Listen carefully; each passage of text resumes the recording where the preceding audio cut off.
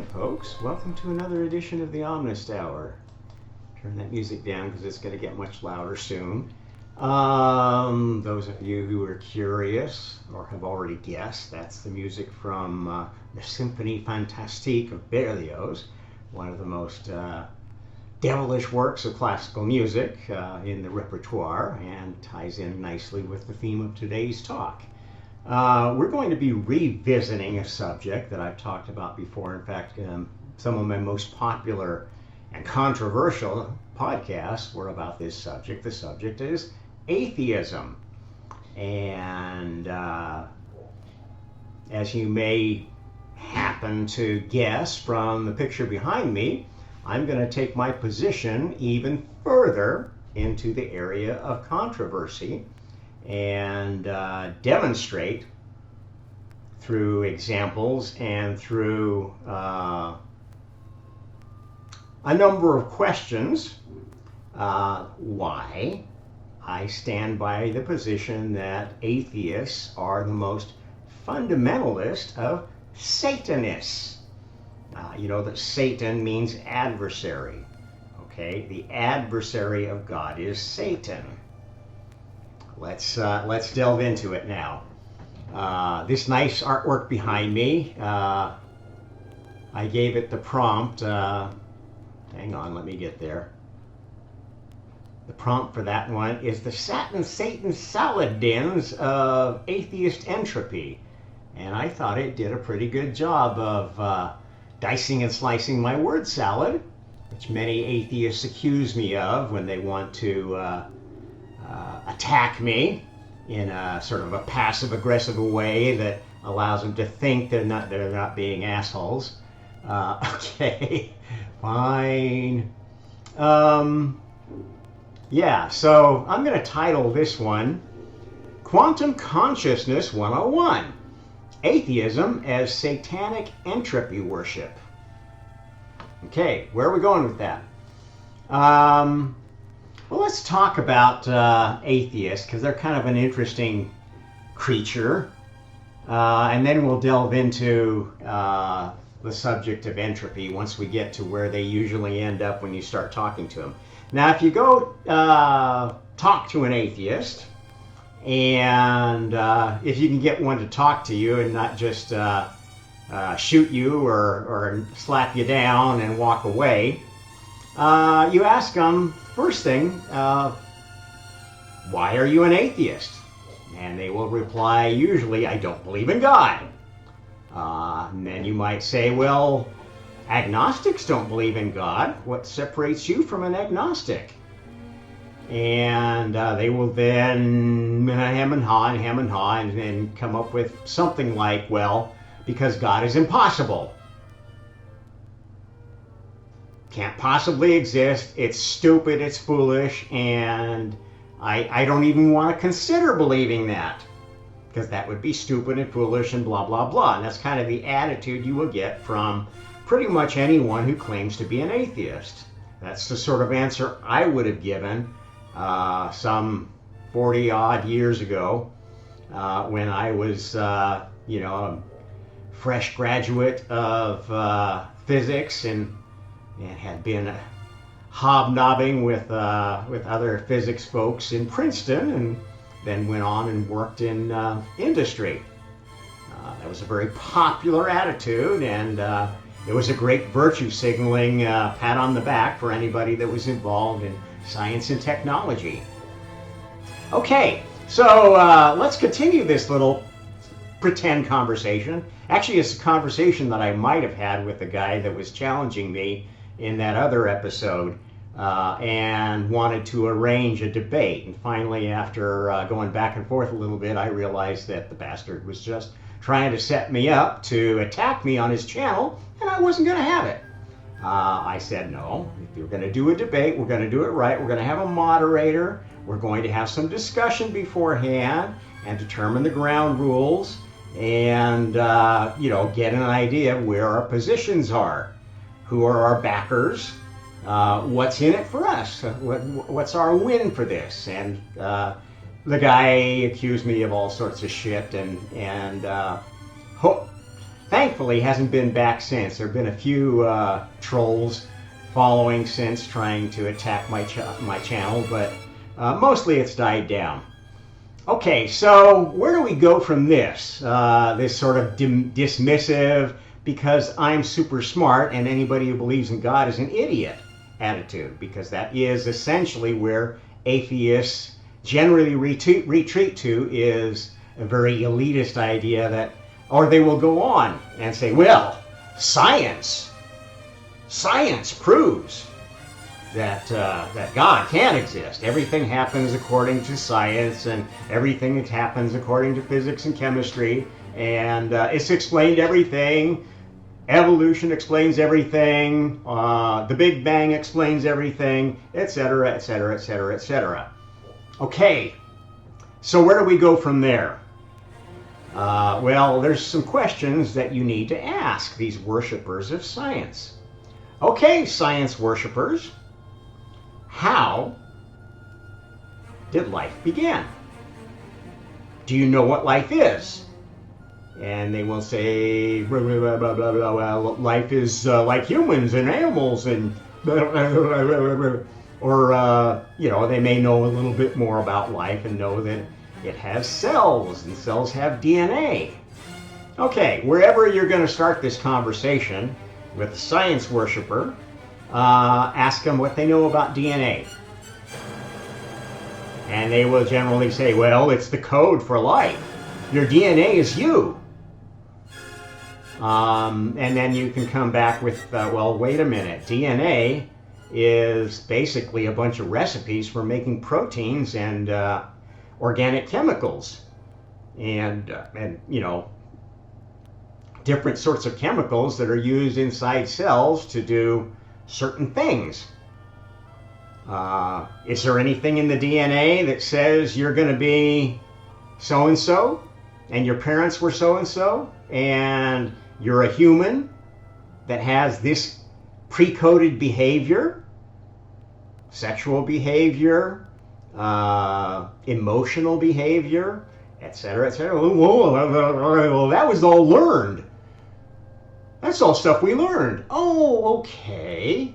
So it's all learning. So everything is just indoctrination. And then they'll look at you kind of funny and, no, it's education. Yeah, but you said it was like stuff that you learned. Like you can learn to be a certain sex. They're telling us that these days, aren't they? And, this is kind of a fun series of questions that you can engage with an atheist on, a woke cultist with, and get them to admit that they're a Satanist eventually, if they don't walk away first. So then, they will be, well, like, I don't know that much about DNA. Well, you can tell them, well, it's actually a programming language. It's a 4-bit programming language.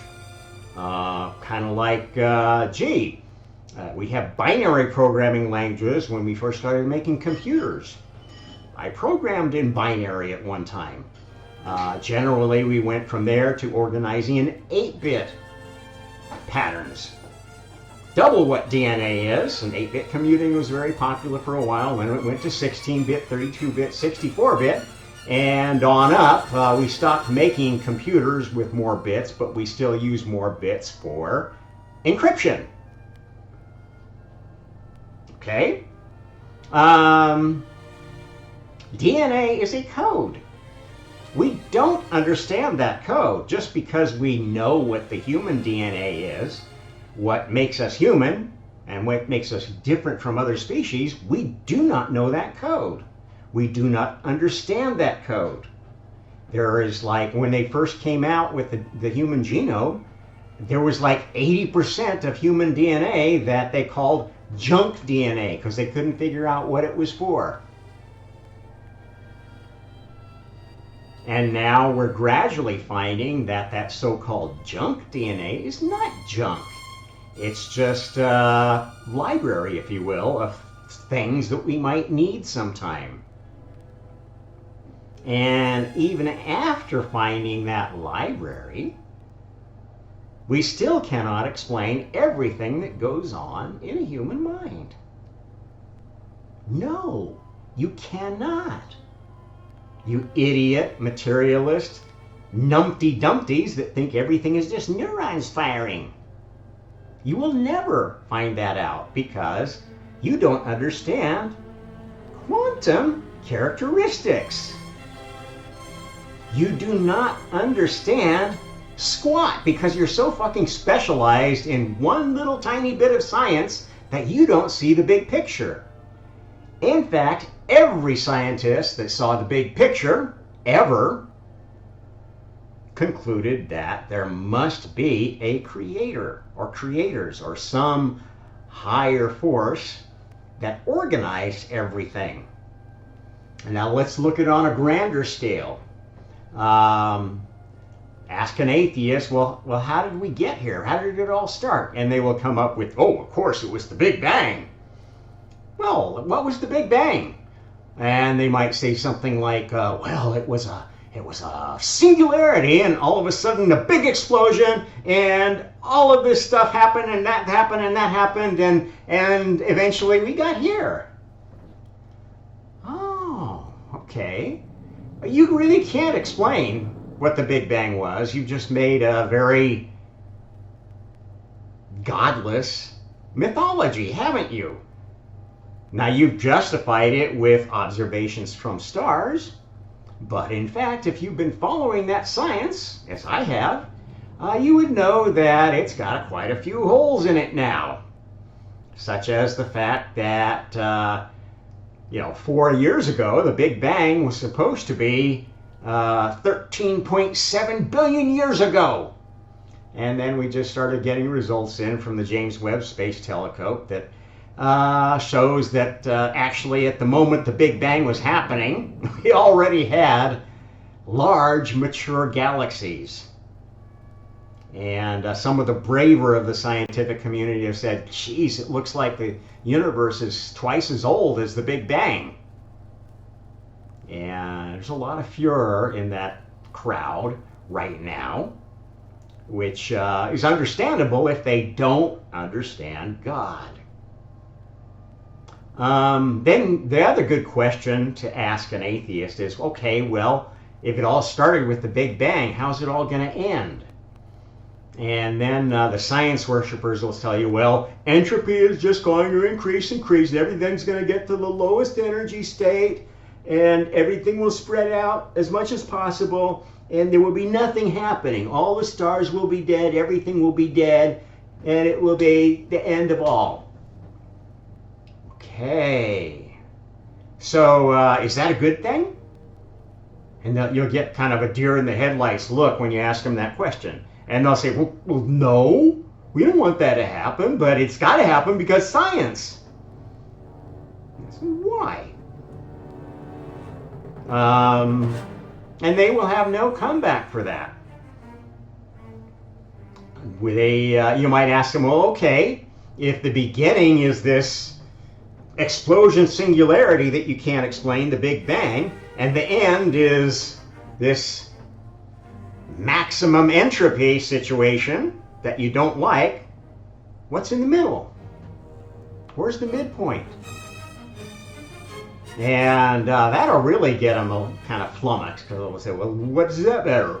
What does it matter? What's in the middle? Well, and I'll say, okay, if you've got this situation of creation happening, and you've got the end of creation, there must be some point in the middle where, you've done the best you could with this creation. They'll think, okay, well, yes. And then you might ask them, well, have you ever heard of the simulation hypothesis? And, oh, you mean like the Matrix? Yeah, sort of like that. Okay. Do you know that that is the strongest running explanation for all of the phenomena that we observe? That's why people came up with the Matrix, because there's a lot of interesting observations you can make that would make it very likely to conclude we are in a simulation. We see glitches in the simulation. They call those the Mandela effect. And they'll say, yeah, I've heard of that. And if they have, kind of a new ager bent, they will say, well, yeah, it's because we live in this matrix and they're trying to hurt us and kill us and be mean to us. We got to get out of the matrix. And that's what, that's really kind of my religion. And you might go from there to saying, well, maybe you're missing the point. Maybe you're missing the point of why you're in this simulation. Or maybe you're missing the idea of what it means to get out of it. Now, the New Age Neo-Buddhist idea is that, yeah, we're in some kind of a weird simulation and nothing is real, and we just need to meditate our way to nirvana to get out of it. Well, why were you in it in the first place? Was somebody punishing you? Was God punishing you? Yeah, that was God punishing. That's why we hate God. That's why we don't believe in God. Interesting. Because it would seem like if God is a creator, God would want to order things, would want to make things work better, would want to organize things into things of beauty. Do you see anything beautiful around you? Well, not most of the stuff that humanity's touched, but there's a lot of natural beauty out there, every scale you want to look at. Oh yeah, I guess. Okay, so it's not all bad, right? Well, no, but being human sucks, and the Matrix sucks, and everybody that controls the Matrix sucks, and we want to overthrow them and have a revolution and get out of the Matrix and be the good guys. Really? Okay. But you don't believe in God? No. No. We believe in the universe. We believe in science. We believe in humanity, humanism, futurism, communism, globalism. All of these wonderful atheists or communist religions. Yes, every religion of one ideal thing is essentially communist. That says there's only one perfection that works for everybody. And even those who follow a religion and who do believe in God have a problem. They're effectively atheists unless the God that they believe in is the real God, right? Is the real one that started all this creation.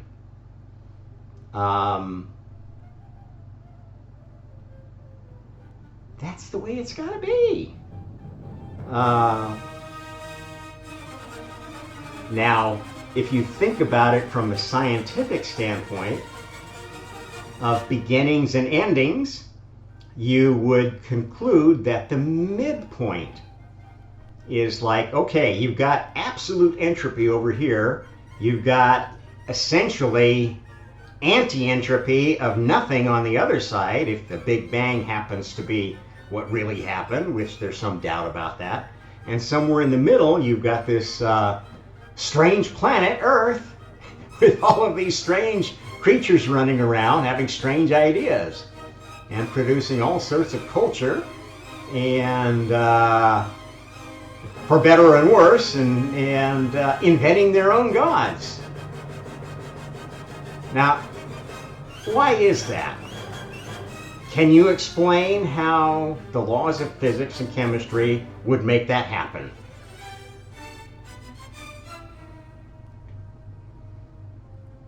That's not important. That's not science. Wait a minute. If you can't explain human behavior and human civilization in a scientific manner, then you do not have a very good science, do you? And, people have tried to do that. I used to like an author, science fiction author. I still do, actually. There's a lot of the science fiction authors I read when I was a kid that I still love, even though their works are kind of bullshit, but they get you thinking. Isaac Asimov was one of those authors who,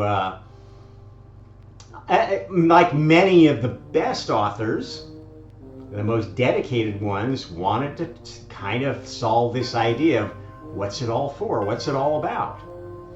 And Asimov actually did a better job than many of the authors that kind of had that mission, because he actually made a pretty coherent story about how we got here and where we were going. And when you connected all the dots to it, you basically ended up with this kind of a Mobius strip of humans created androids. The androids stewarded humanity through the ages until they developed time travel and then sent back their most perfect android to make sure that everything was starting the right way and got developed the right way and improved things along the way. So it was like a process of making creation better. And that actually is pretty good science. It's pretty close to what happened. And even though Asimov was a rabid atheist, Asimov was kind of like a god of science. He thought science was everything. He worshipped science. He wrote 500 books, I think. And a lot of them were just pure nonfiction science books. And then he made most of his money off his science fiction. But his science fiction was all about science. A lot of people don't read Asimov because he didn't really do a very great job of character development and plot line stuff and all the things that a novelist normally focuses on if they want to be a Tolstoy or a Dickens. But I liked his work because it stimulated thinking about patterns of human behavior. His idea was that sometime in the far future, some scientist, Harry Seldon, would develop a science of, what did he call it? Basically the science of human behavior. And a way of, with enough information about what was going on culturally and politically, you could predict the future, and you could plan the future, and you could do social engineering on the future. And his Foundation series was basically about setting about doing this. And he even, got that, well, we better keep this a secret because if people know they're being manipulated, they will try to influence the plan. So they put this foundation. It was set up at a point where the empire, the galactic empire, was falling apart. And they set up this foundation as far away from the center, the capital of the empire, as possible. So when the empire fell, it wouldn't be disturbed by all this other stuff going on. And they took all the best scientists, all the greatest minds, and secretly set up this base that would plan humanity's future. And in a later book, well, I'm doing a bit of spoiling here, so shoot me if you haven't read the series, you still get a lot out of it.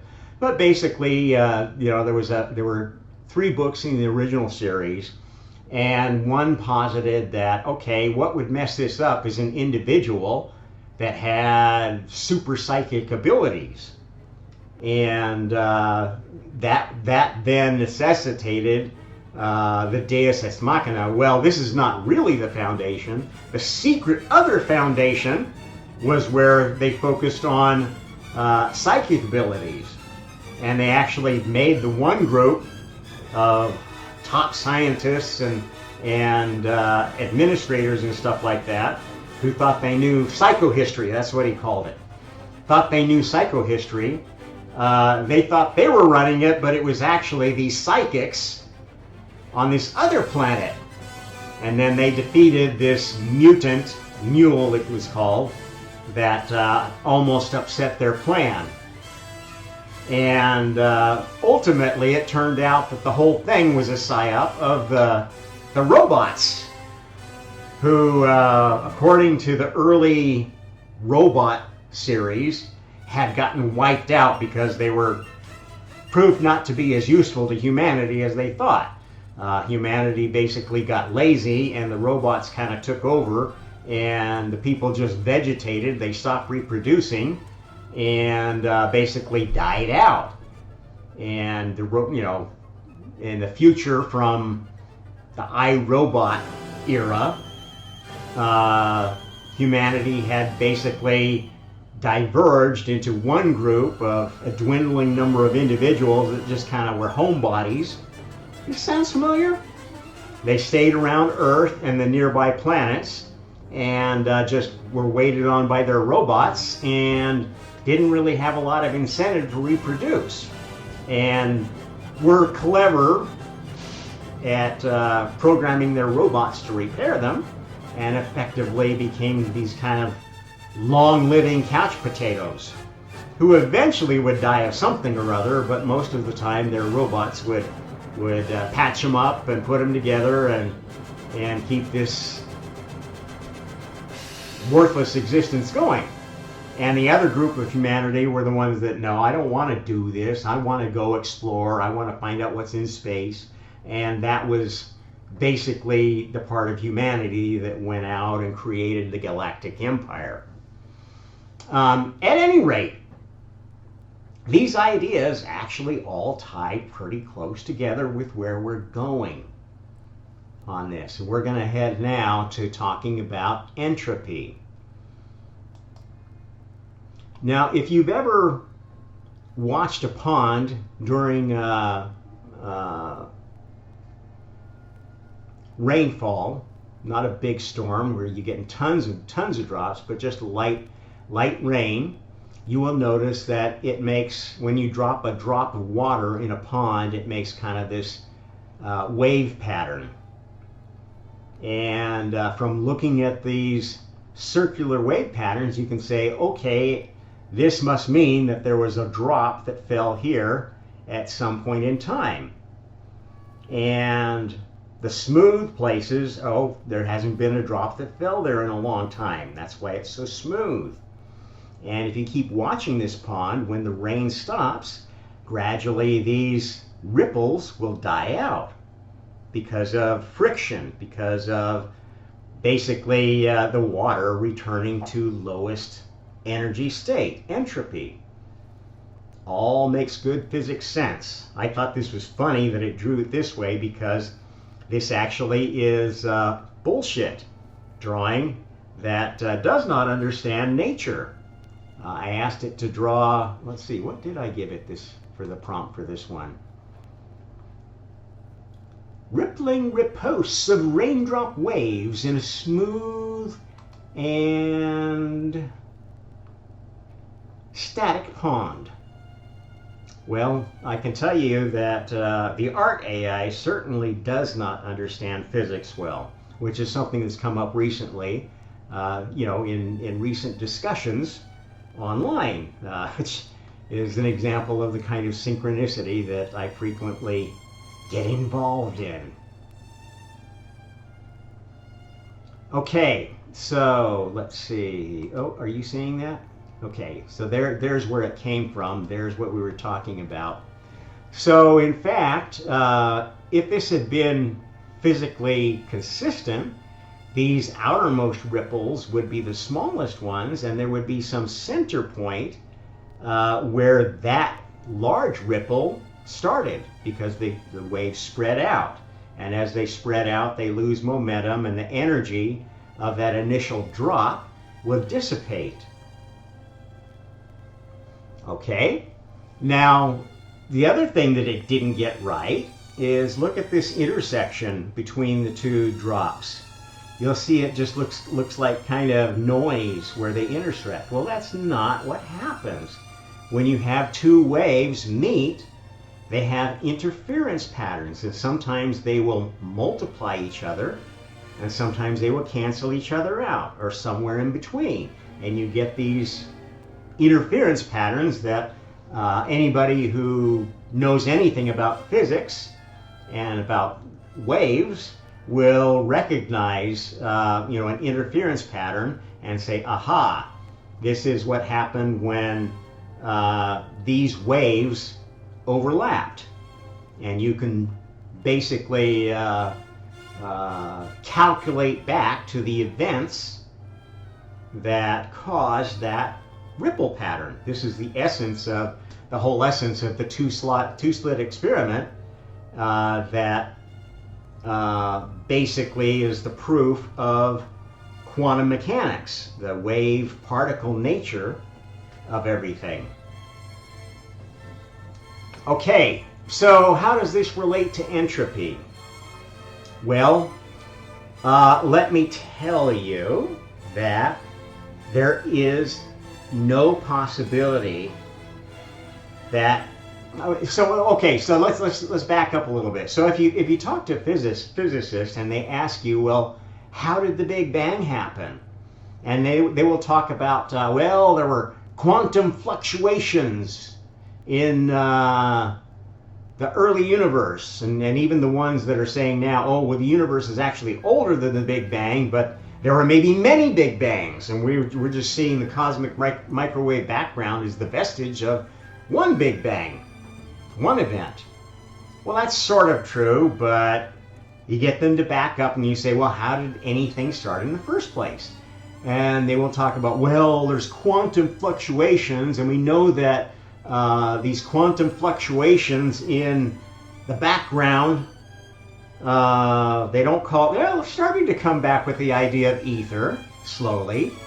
But at any rate, they'll say, well, there was some kind of fluctuations, and we know that there's a small probability of a particle-antiparticle pair just appearing due to a quantum fluctuation. Okay. So a quantum fluctuation maybe is sort of like a drop falling in a puddle, correct? And they will say, yeah, sort of like that, only, we're not quite sure where the antiparticles go or how their wave function doesn't cancel the other. This is like one of the strangenesses of physics, that we know there are particles and antiparticles, and we know that they do annihilate, but what if they don't annihilate? What happens to the antiparticles? And this is one of the big mysteries of the, quote, Big Bang. Where's all the antimatter? They don't have an answer for that. Okay, so basically, what you can get to with any of them that cling to the idea that there was no God, no creator, no intelligent designer, or at least not one that was good. Sometimes you'll get them to admit to intelligent design, but say, well, it was, of course, some sort of bad aliens that were trying to punish us, and that ties into a lot of readings of the Bible, which are very popular these days, being promoted by Satanists like Paul Wallace. Yes, you are a Satanist. You used to be a minister, but now you're a fucking Satanist. You even look like Satan, you bastard. And there's a lot of people making hay on the Gaia channel and so forth, basically selling atheist or spiritual communist nonsense.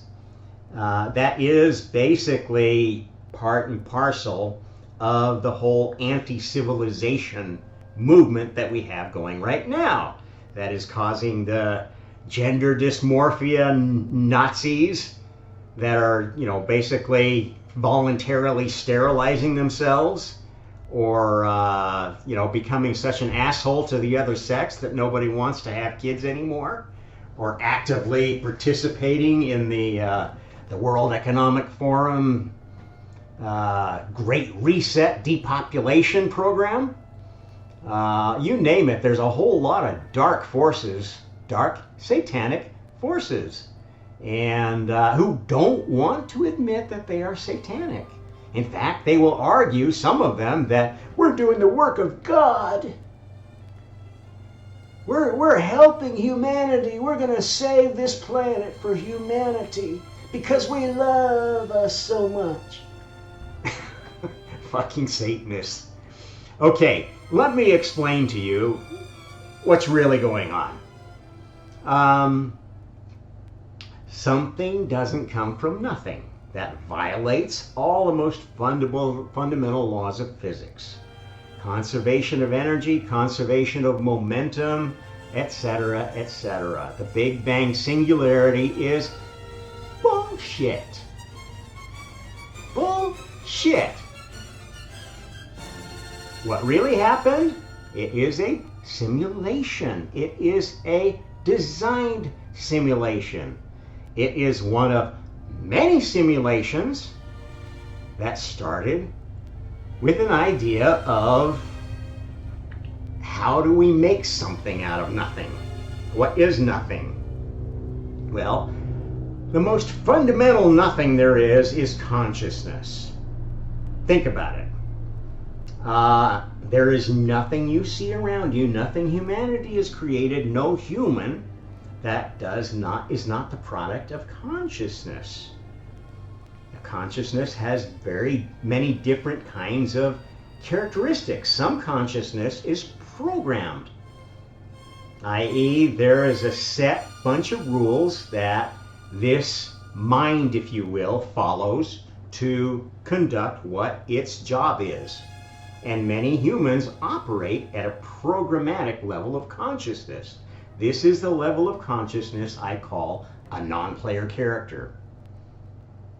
It's deterministic consciousness. It's the kind of consciousness that materialist scientists think we ought to hell have. They don't believe in free will. They believe everything is just a bunch of neurons firing. They are NPCs, non-player characters. Now, non-player characters are not necessarily Satanists. The ones who are Satanists are the ones that insist that there is no such thing as paranormal phenomenon.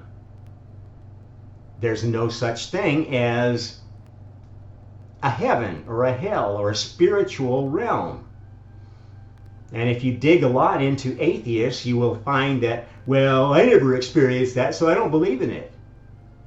Or you've got the other bunch that, well, I took LSD once, or I took DMT, and I was one with everything. So I'm pretty sure that means that the universe is one big consciousness, one big brain, and we're just a little piece of it. But I saw all this knowledge, so I know all that knowledge must be within me, so I am God. And that's why I'm an atheist, because I am God. And most atheists, that's fundamentally where you get them to admit to being when you dig deep, is that they are so narcissistically entwined with their own identity and their own ideas of perfection and infallibility that they worship themselves. They have made themselves God. Now that pretty much is a direct violation of one of the commandments. Thou shalt have no other God before me. If you worship yourself, I'm sorry, you're breaking a big one. Now, you'll notice that the commandments don't mention that there is only one God. In fact, it actually tacitly says, yes, there are many gods. You can worship whatever you want, but don't worship any of them more than God. The All-Father, the first creator. kind of get where I'm going here? Let's take a look at this and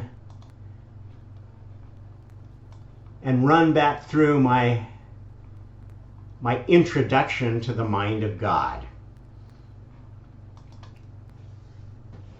Now, this is kind of similar to the picture I showed you about the drops in the pond. I'm not sure which I'm going to end up using in the book, but you know, basically raw consciousness is kind of like a sea of unformed thoughts. And some of those thoughts are, you know, they might reach a state of imagining some shape. And that's as far as they get. Others might imagine more complex shapes and might get together with other thoughts to make composite shapes and eventually think up a shape that was like maybe a working lizard that has, you know, all the right things it needs to survive and thrive and continue to live. This is basically how thoughts create reality. And anybody that tells you it works any different is an absolute idiot. They, in fact, are a Satanist.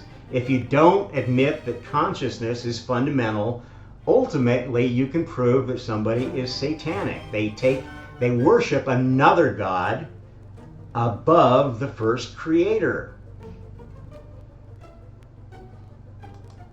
Okay, so let's look again at the basic plan of all creation. There are basically 5 characters necessary to start a creative process. You need the leader, God. That's the first character. You need a first level opponent. You need somebody that's going to test God's ideas. That's Lucifer. You need a judge, somebody who's going to say, oh, God's idea is better, or Lucifer's idea is better, or they're both worthless. That's karma. And then you need a storage place, so you can store the good and bad ideas. Karma, generally, you can say, okay, well, that's going to be the library of the good ideas. The ideas that are original and useful, we want to keep in the game. They become the player characters. They're ideas that are good enough to keep alive. The bad ideas, or the Me Too ideas, they go to this library called Borg, or some people refer to it as Source. This is duplicate ideas, interchangeable ideas, reusable ideas, even bad ideas that maybe can be used for testing purposes. Okay? Then you need a second level adversary. So you've got Lucifer that does the testing, the challenging. Well, your idea is this, my idea is that. Let's see who's right. And then you need a second level opponent that is the destructive ideas. Okay, the bad ideas go here. The original bad ideas. The ones that, whoa, that's a really good idea for a devil. This is a satanic idea collector. And that's what Lilith does. It's not a male or female thing. Those just happen to be the names that our culture has come to associate with them. You could say that Lucifer is Vishnu. You could say God is Brahma. You could say Lilith is Shiva. And of course, Hindus are aware of karma. Borg is, I guess, from a Hindu Buddhist standpoint, would be the nothing. The Me Too bunch, the Buddha, I sometimes call it the Buddha Borg. It's neither here nor there. It's just I'm I'm doing what everybody else does, and that makes me good, I guess. Okay, this is the pattern of creation.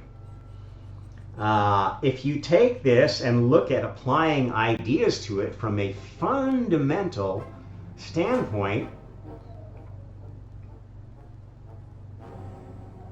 let's see,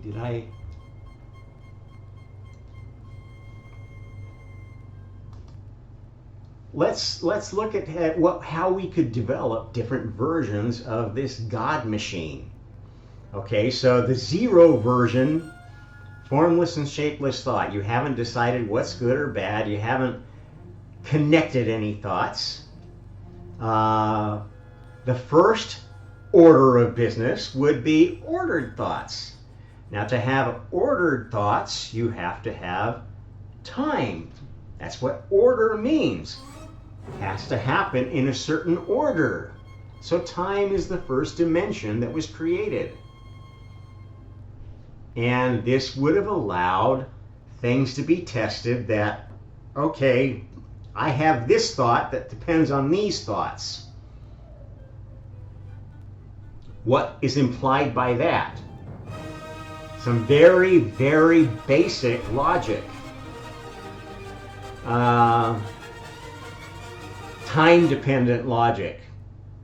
You can only go so far with that. So the next version of this game would be linear math and geometry. Okay, let's add one dimension.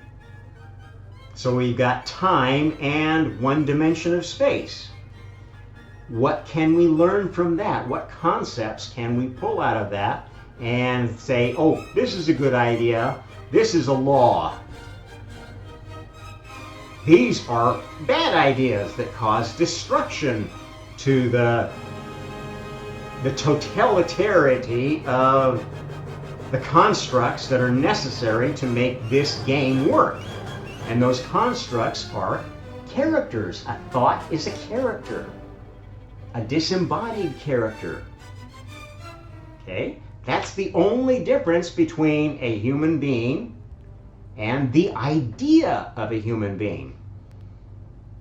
Between historical, physical Jesus and the idea of Jesus. And if you hear me talk much about the Jesus construct, you will know that it is my firm belief that there is no historical Jesus. The stories were cobbled together based upon legends that basically fit into the pattern of a story that folks were pre-selling as propaganda to sell their version of a new, more universal religion. And there were a number of different threads of that because there were different factions involved. Just like we talked about in this fundamental, what are the 5 characters you need? Okay, so then the next dimension you add planar, 2 dimensions of space, 3 dimensions of space, and the idea is a solid geometry. And basically that gets you with all the thoughts necessary to imagine physical space, to imagine a space-time. Hang on, I'm gonna pause for just one moment. Sorry, I had to take a call from my wife. She's bringing me back sushi from the mall, so that's a big treat, a rare treat in Indonesia. Where were we at? So basically, we're to the point where we have all the ideas necessary to make the first version of space-time. Now, what else is necessary to conduct an experiment in creation? You got to have a lab. That's essentially what space-time is. That's what a universe is, a lab. And a smart creator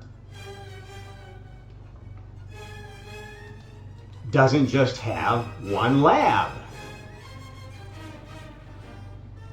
Let's see. I'm going to skip over this slide.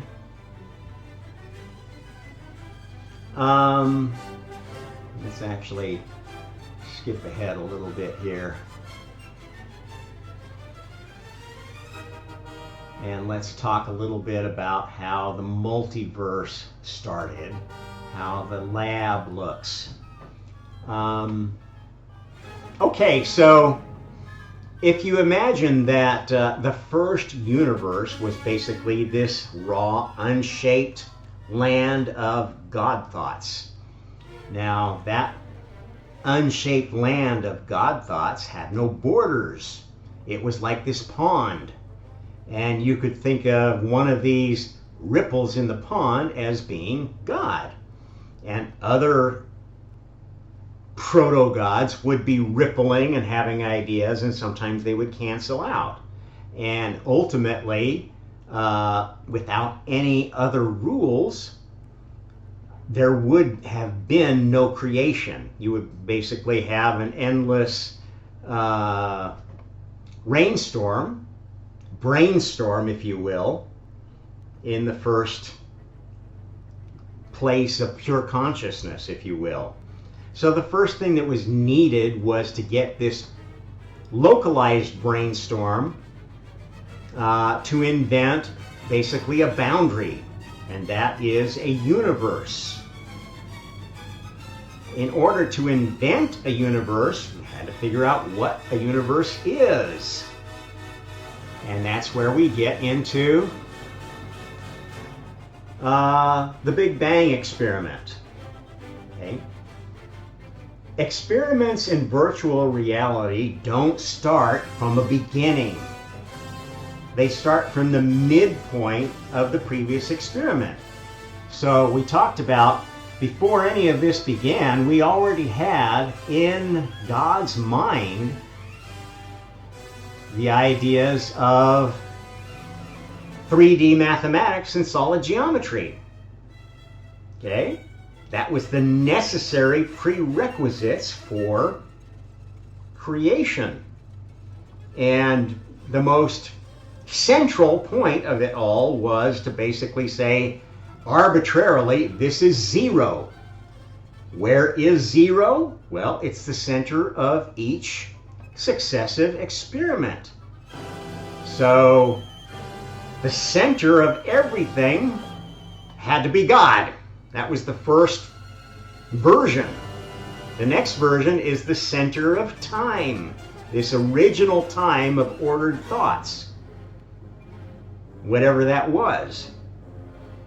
The next center was the center of time and this first dimension of space, etc., etc. So this is how a simulation multiverse would be set up. It's about centers, not beginnings and ends. Okay? The beginnings and ends don't really matter.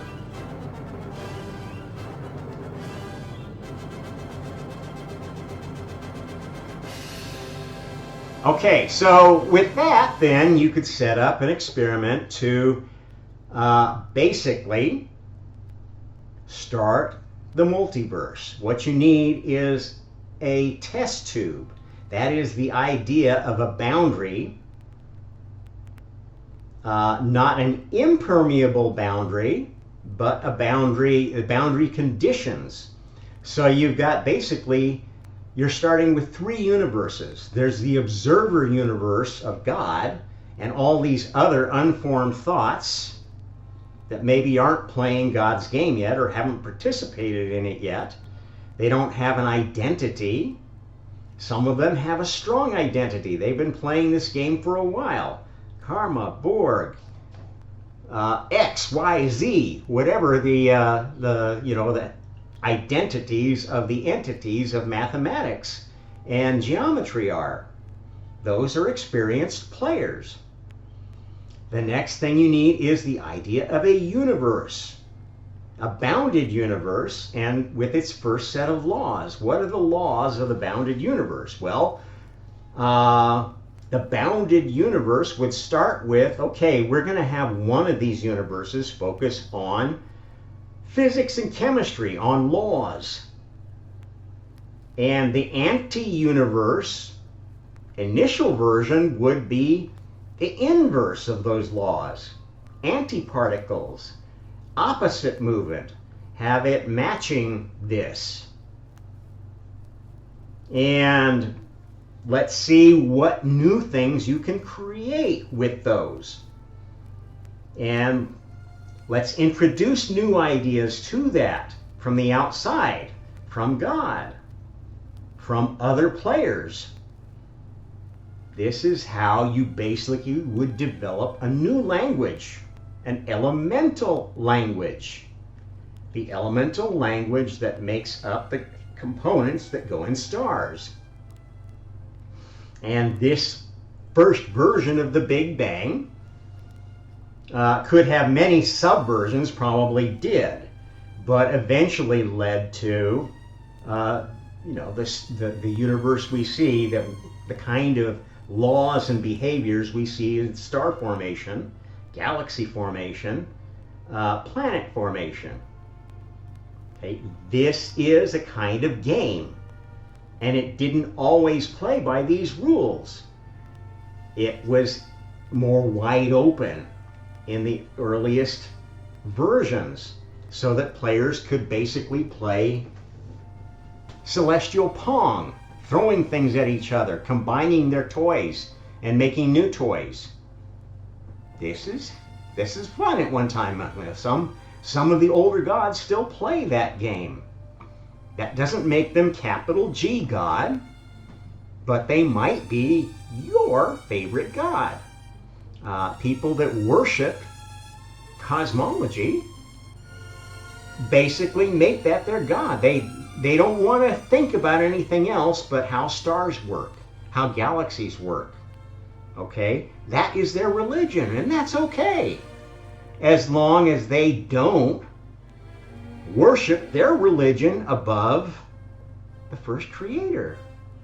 That's the meaning of that piece of the Ten Commandments. It doesn't mean that everybody has to worship the same God. In fact, the first creator doesn't care if anybody worships him. He's not narcissistic, not anymore. He's gone through his narcissist phase a long, long time ago.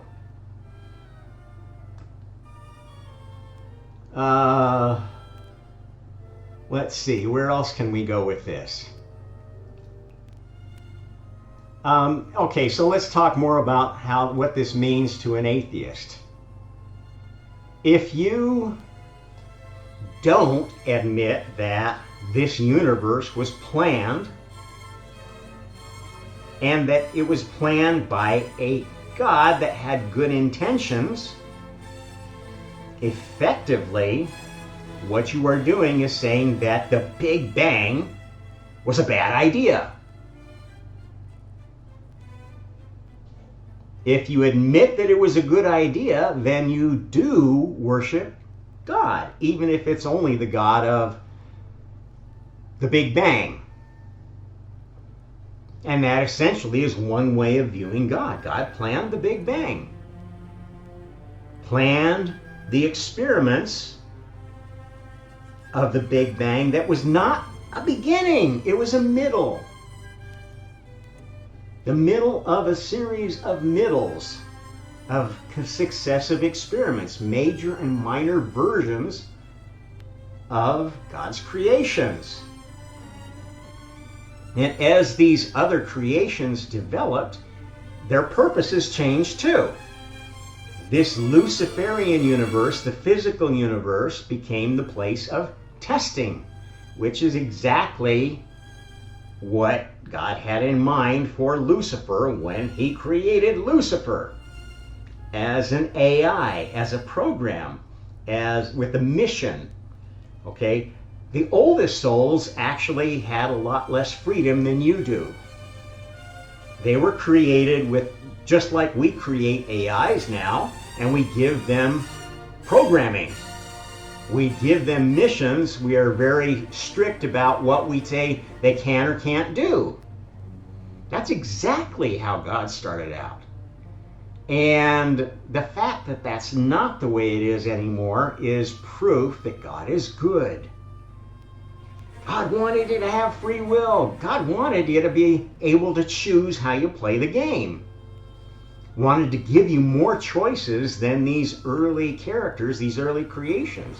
Because Lucifer is still playing this game of being the tester. Now, that is a fact of this universe. The God of this universe, this physical universe, is Lucifer. However, one of the neat things about this system is that you can change roles. Once you hit the end of a certain version of a simulation, and okay, I know what a universe is now. We've managed the boundaries so that we know how souls go between the anti-universe and the universe, how players can play on this side, or the best ideas get to go live with God, go to the highest heaven, if you will. That's essentially how this first game worked. Bad ideas go on to the Lilithian side. They plot some new ideas and say, oh, will you let me back in? I've got a new idea here that I want to test in Lucifer's universe. Okay, let's test lithium.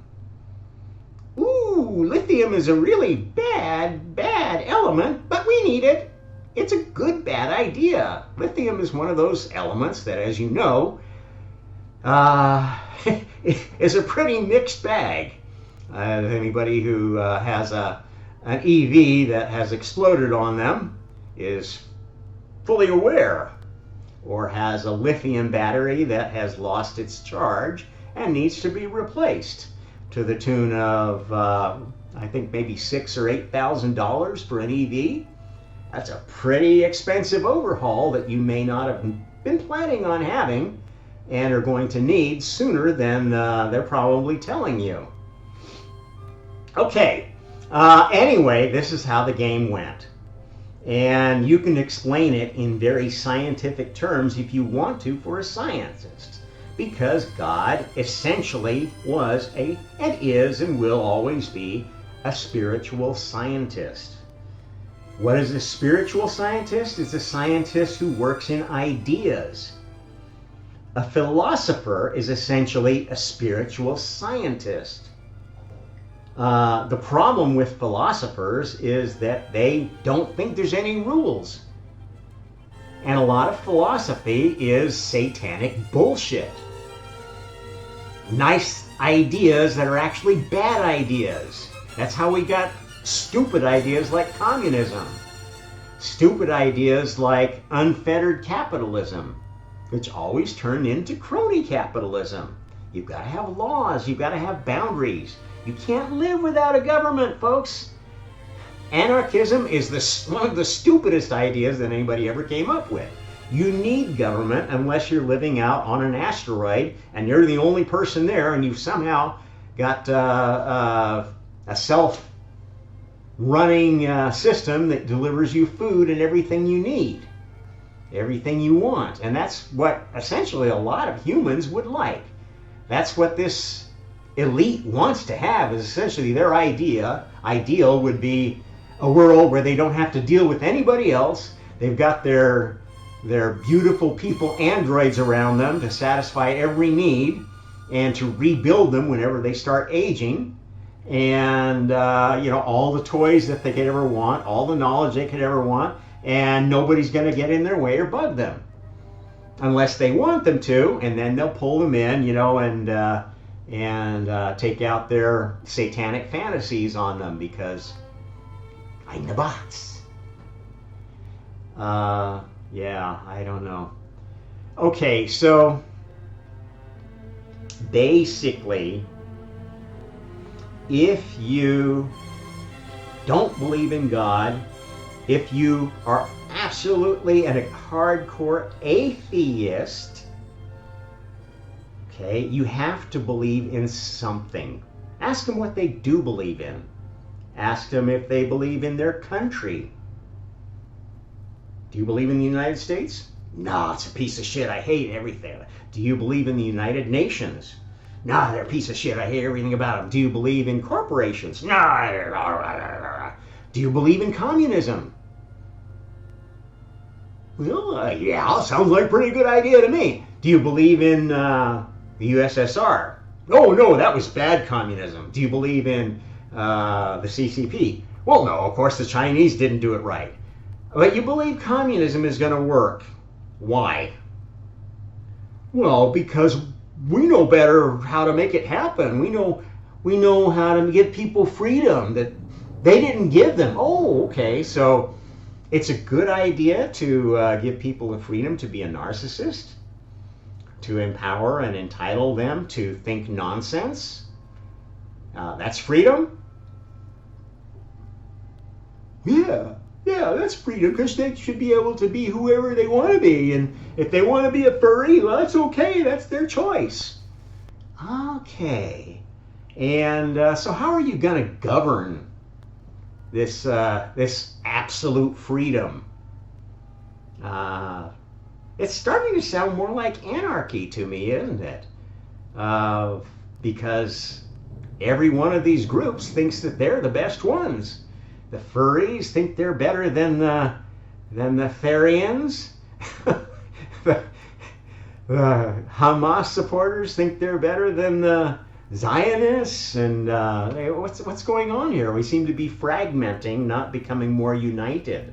That was the whole point, was we were all going to be united and have infinite freedom and share everything. I'm sorry, this is Satanic. Most of Satan's tools are useful idiots. They think they're doing good. They think they're doing what's for the best for everybody. But they have a very narrow-minded point of view. And it's a narrowing point of view that gets narrower every year as whoever is setting up the social media algorithms sorts them into smaller and smaller bins of eyeballs, reliable eyeballs. That's what media is all about. Internet media is all about marketing eyeballs, marketing brains, your brains. And guess who buys brains? Satan. Guess who steals brains? That's the worst Satan. And this is the difference between kind of the Luciferian point of view and the Lilithian point of view. The Luciferian point of view is that, well, people are stupid, so we're going to tell them what to do and we're going to organize them the way we know is right. Okay? That at least is trying to make a better government. And it is basically the driving force behind this whole engine of creation, is to try to make a better government for souls.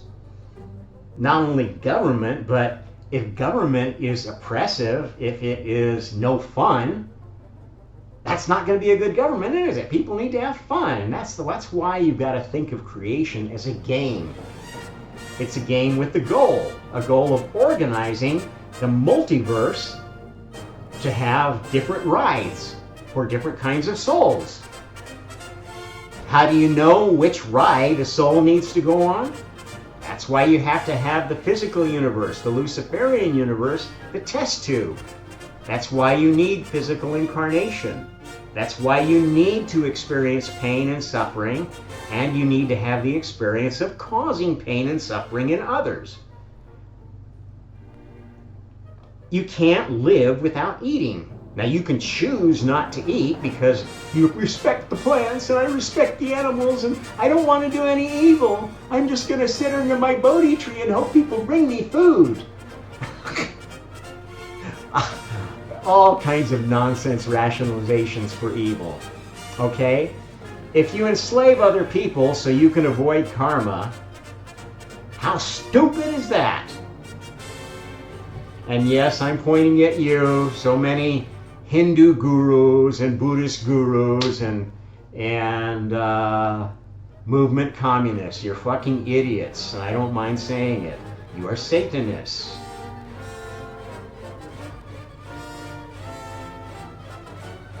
Sorry. Now the worst adversary, of course, is this second layer adversary, the Lilithians. They are the sellers of bad ideas. They are the sellers of sin. Why is it a sin to be homosexual? Because your species won't produce. It's not a huge sin, as long as you do it as an adult and you're just choosing to extinct your own genetic line. That's a choice. It's not a good choice. It does not serve God because it doesn't further creation. It's an ending. It's taking your genome and creating entropy through it, okay? You're not going to exist. You're never going to have any children. Oh, well, I'm going to be trans. I'm sorry, trans people cannot have children. Well, let's see, there's artificial insemination, there is in vitro fertilization. Okay, you can go on and on, any which way you slice it or dice it. It is unnatural. It has negative consequences. It will always have negative consequences. There is no way that you can raise an embryo with all of the good things going for it that were designed there through many, many, many iterations of evolution and have the same result.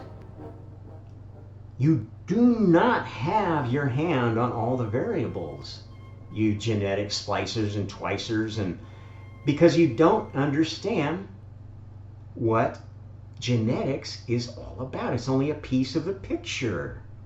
I've got to take a little break for a second. I'll be right. Okay, I'm back. Had to hold the dog so the maid could clean out her cage.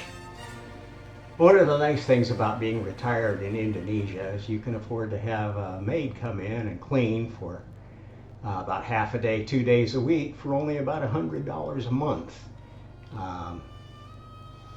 Makes living on Social Security not such a bad deal. Anyway, I wanted to finish up talking about DNA in specific detail. So geneticists, biologists, I suggest you listen up, and if you can find fault with anything I'm going to tell you, why you just chime in with your atheist ideas, and I will tell you how I can disprove you, and you can prove that I'm right. You can conduct experiments to prove that I'm right. Okay, so DNA, as we've been talking about, is not a blueprint for a creature. It is a blueprint pointer to a construct in the Akashic records, in the source library, if you will. Okay? Now, that pointer may point to a very common kind of character.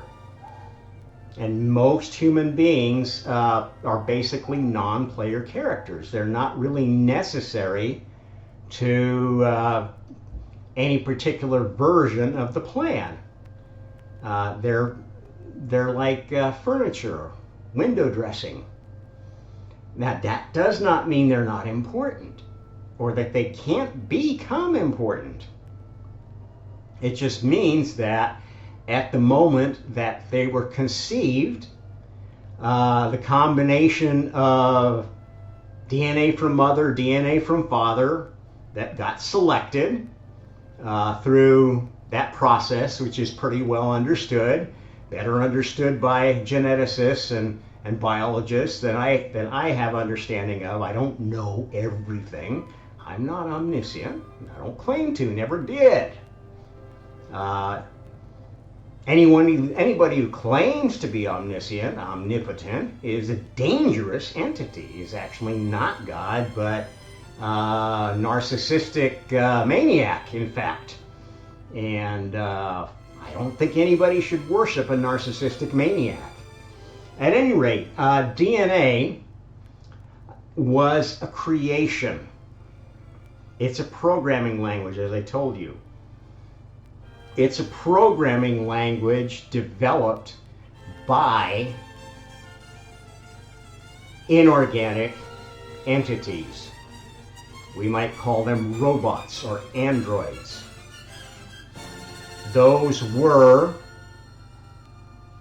species of life that existed before humanity.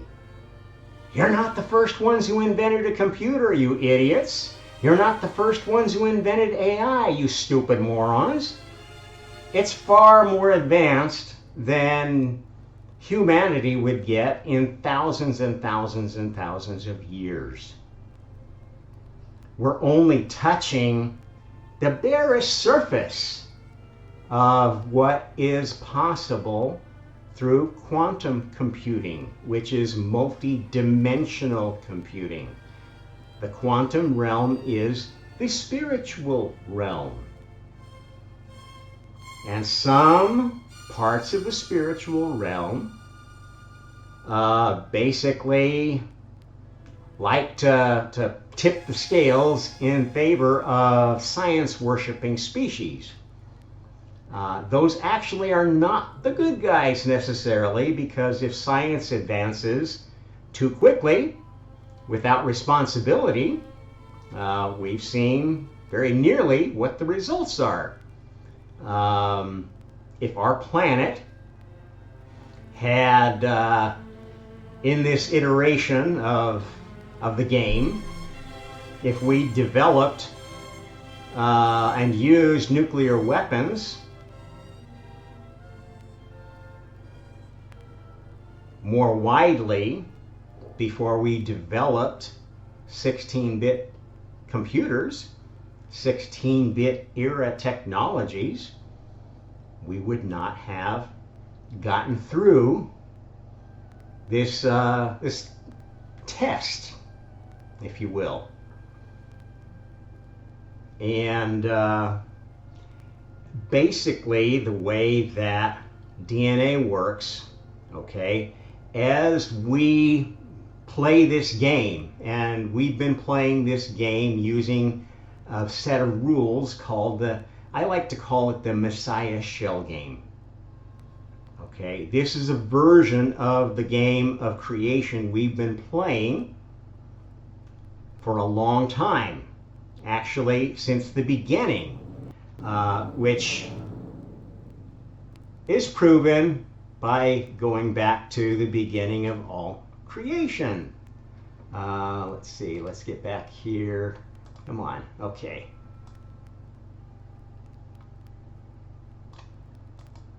Okay, the center of the first thought was God. And God remained the center of all creations even before anything physical was created.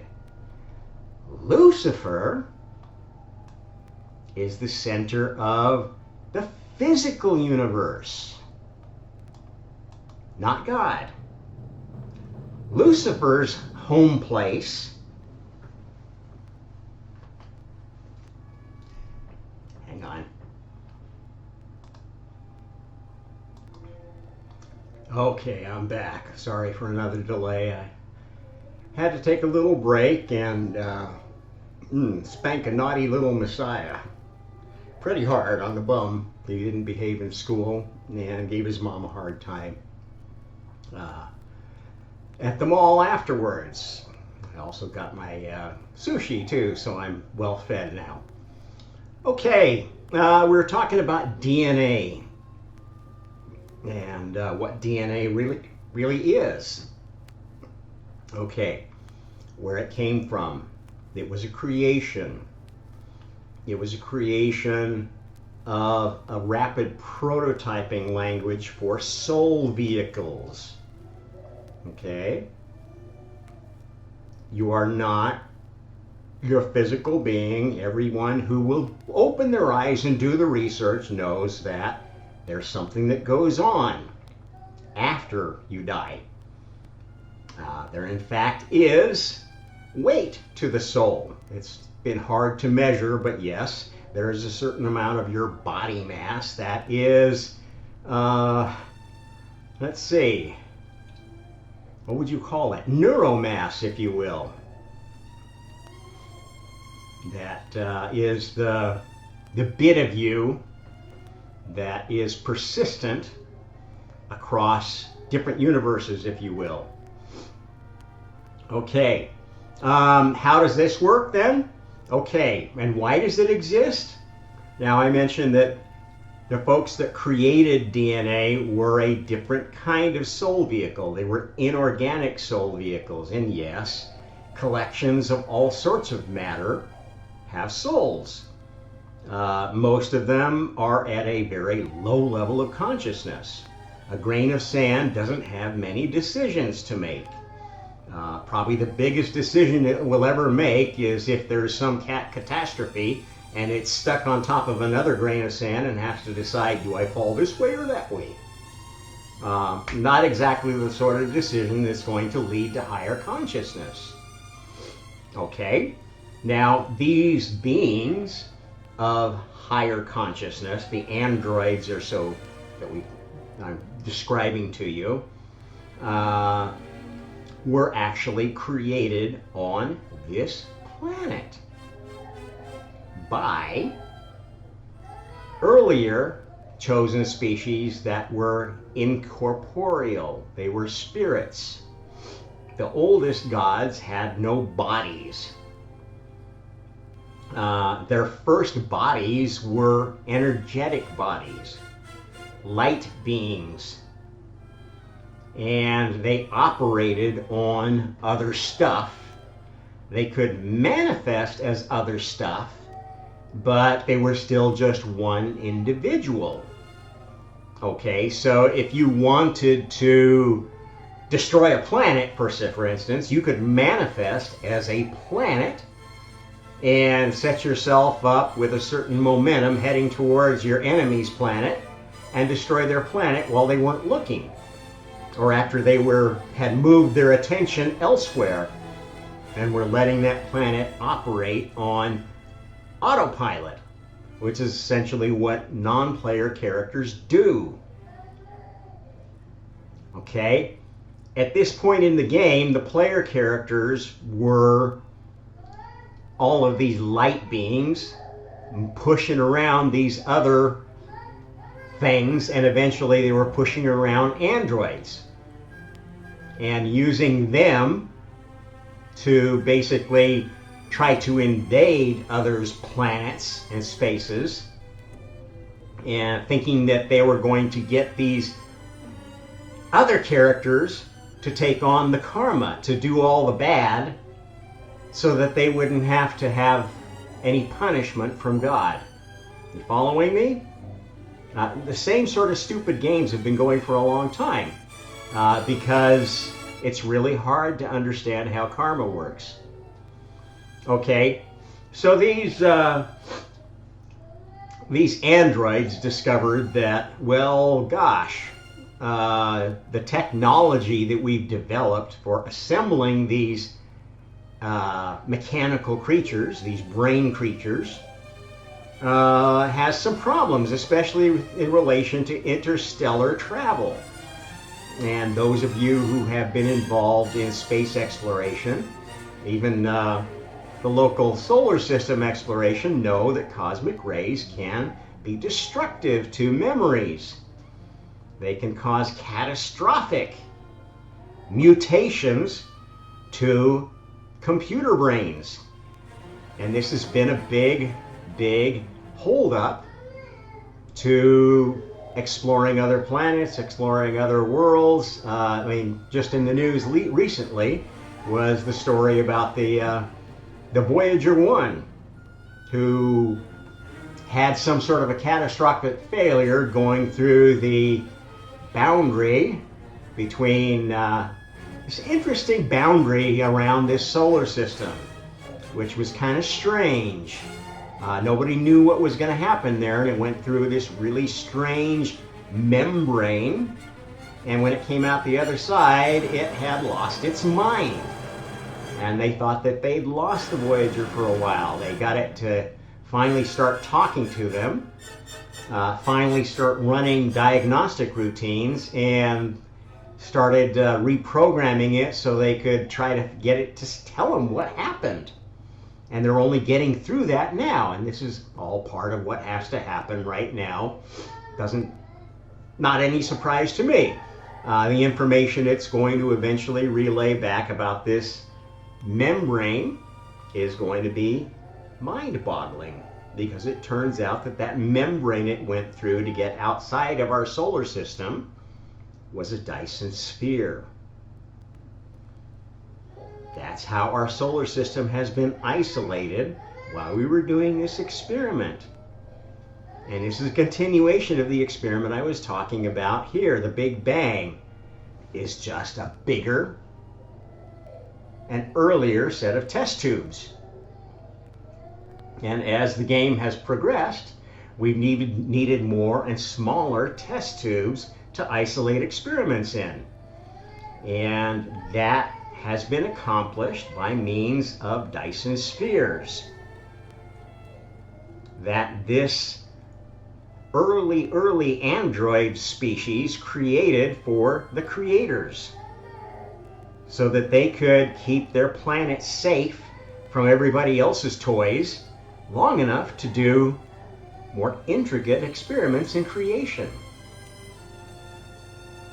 And essentially the event that created the Earth we know today, that happened about 4.5 billion years ago, was one of the last of the cataclysms that happened to this special planet before the completion of that Dyson sphere that's been protecting it ever since. We've had cataclysms since, but not nearly as bad as the one that hit 4.5 billion years ago. That's because we've had to build other Dyson spheres around smaller test tubes to protect this specific planet from extinction events. And in doing so, we didn't protect it from all the extinction events, because by then we were in the phase of this game where basically God was learning to give up power, to let go of full control over the levers of creation, over this engine. And that's essentially what the whole Messiah shell game is all about. Okay, when God incarnates, God can take form like any other soul, could and was a light being in many incarnations. That light being form was kind of a dangerous one, and this is why I tell you to be careful of the orbs that you're seeing. They are light beings. They are a primordial soul vehicle that has not grown up. The good thing about them is they're going to have to play by the rules of karma, and the light beings will evaporate from this universe very quickly if they develop an attraction to another universe. They transition very easily. They transmigrate very easily. And if they start playing outside the rules, especially playing with the chosen species outside the rules, they will very quickly find themselves elsewhere if they try to move things off of the plan. Simulations are a plan. You have an idea what the end state is. How do you know what the end state is of a simulation? When it reaches the beginning state of the next version. This is how it works. This is how the simulation multiverse works. And as I was telling you before, the center point is always God in whatever incarnation is necessary for the next phase. This is who the Big M Messiah is, an incarnation of God. This is basically how we set up the next version of the game, so that it has the variability to allow characters to play their roles with free will, but we know when they're stepping over a boundary that is, okay, you know, you made this choice, but unfortunately that choice is not part of the plan. Therefore, that choice is made in another universe. And you are essentially, when you make a choice that's off plan, you are building a piece of your own universe. You are developing your own little M Messiah game, if you will. Okay, so DNA is a pointer. It's a pointer into the source, the Akashic records, they call it. This is not all knowledge.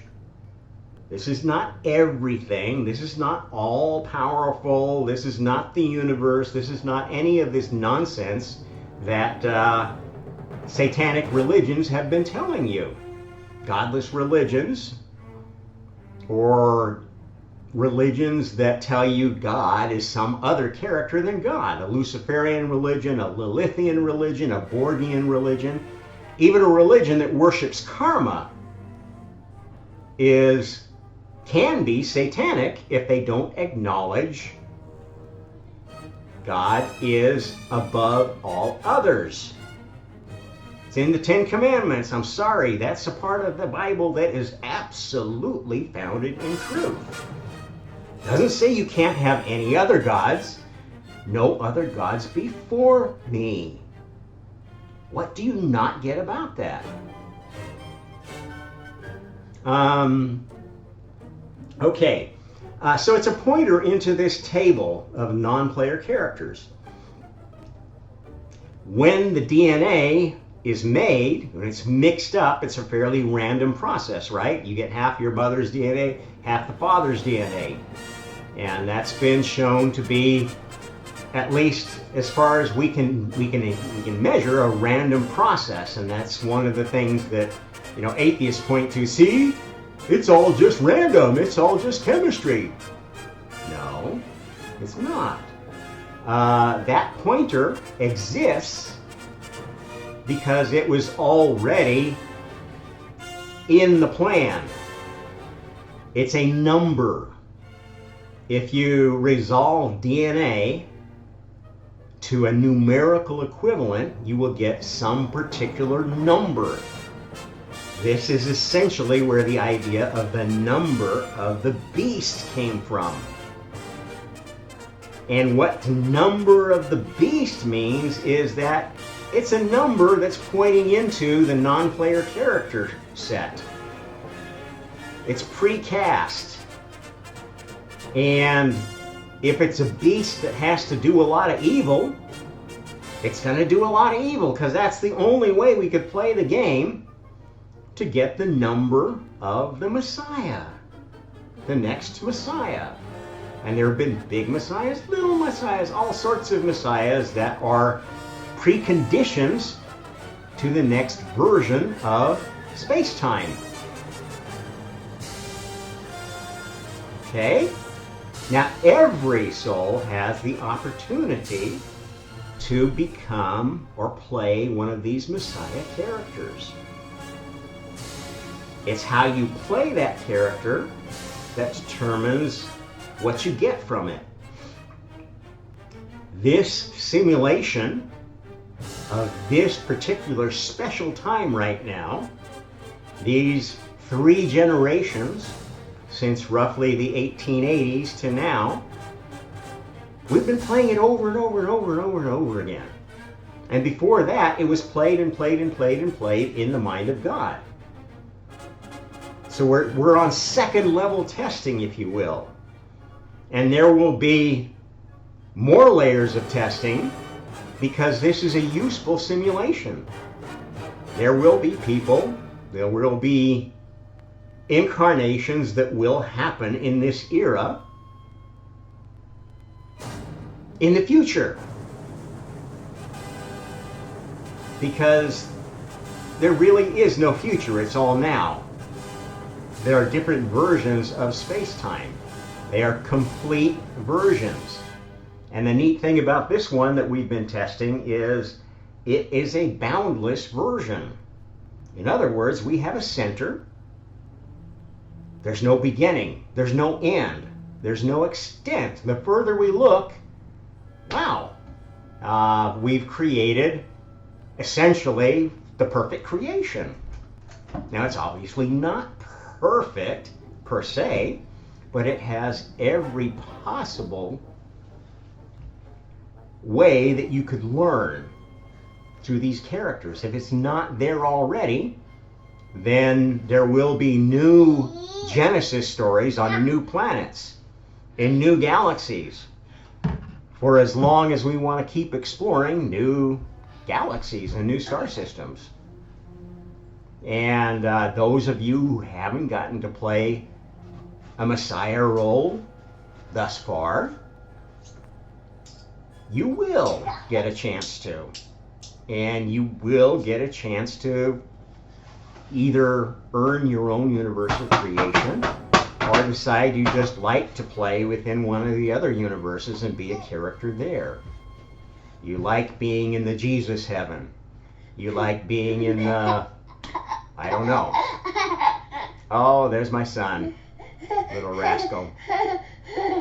So, you know, yeah, you really can't go wrong per se, but if you play on the dark karmic side, you are going to end up playing most of your incarnations, and both physical and spiritual incarnations are virtual reality. Okay? And hells are not very fun places. They're actually places that often have more pain and suffering than this physical universe, because their pain and suffering doesn't have to obey the laws of physics. It's more like, you know, imagine the pain and suffering you see in a Roadrunner cartoon. Wile E. Coyote getting flattened. And it's supposed to be funny, but that's probably very painful where it's really happening. Okay? That's not the sort of afterlife you want to be participating in, I don't think, unless you're a sadistic or masochistic person. Let's see, what else have I not covered yet? Shh, I'm almost done, sweetie. Here, I've got to, hang on, I'm just going to stop for one more hot second. Okay, well, we're dealing with the terrible twos right now. It's pretty challenging raising children, I hope you know. And I don't know. You can tell me what you think of my parenting, but I think I'm doing a pretty good job with this 2-year-old. They don't need to be the ones that run your life. They don't need to be allowed to disrupt your work or you know, basically dictate to adults. This is bad parenting. Progressive parenting is bad parenting. It is satanic parenting.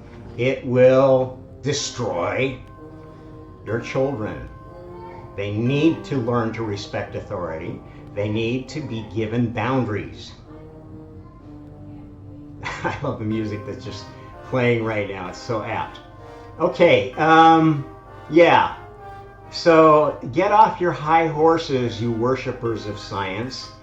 You're not the smartest things that ever were. Humanity was not created to be smart. It's not the best species ever created. In fact, it's the most fallible one. It's the one that was created to test all the dark corners of karma and find ways to sort more finely the smaller sins, essentially. The big sins, real evil, is pretty easy to spot. But I hope that during the course of this talk that I just gave, you will realize that there are big evils that are still hiding, thinking that they're good. And pretty much every evil that has resulted from the postmodernist idea of atheism is satanic evil. It plays for the adversary. It is playing for the entropy of the human species. Okay?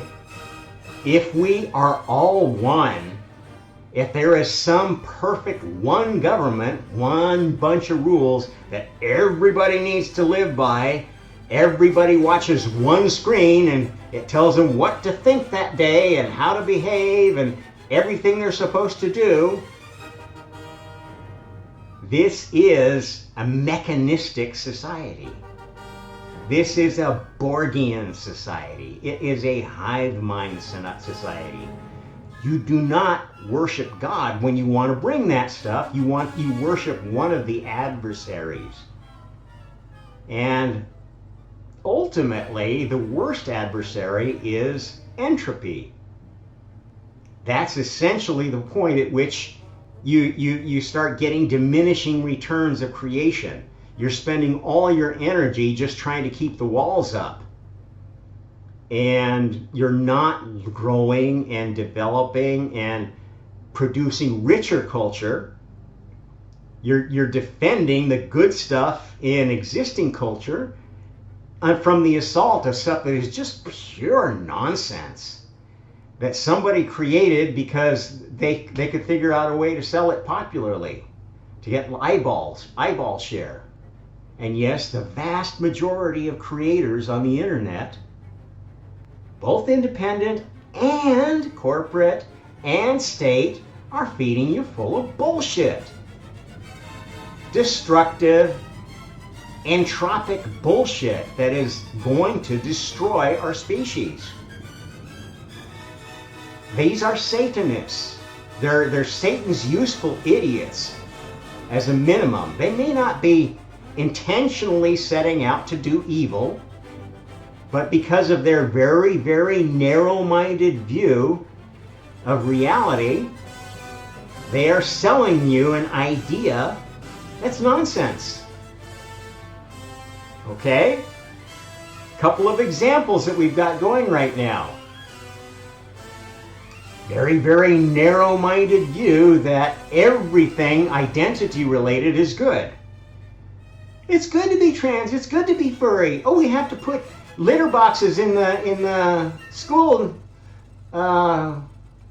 lavatoriums because we have furries who are demanding them. This is nonsense. This is idiotic. The whole LGBTQI blah blah blah flah flah flah nonsense is bullshit.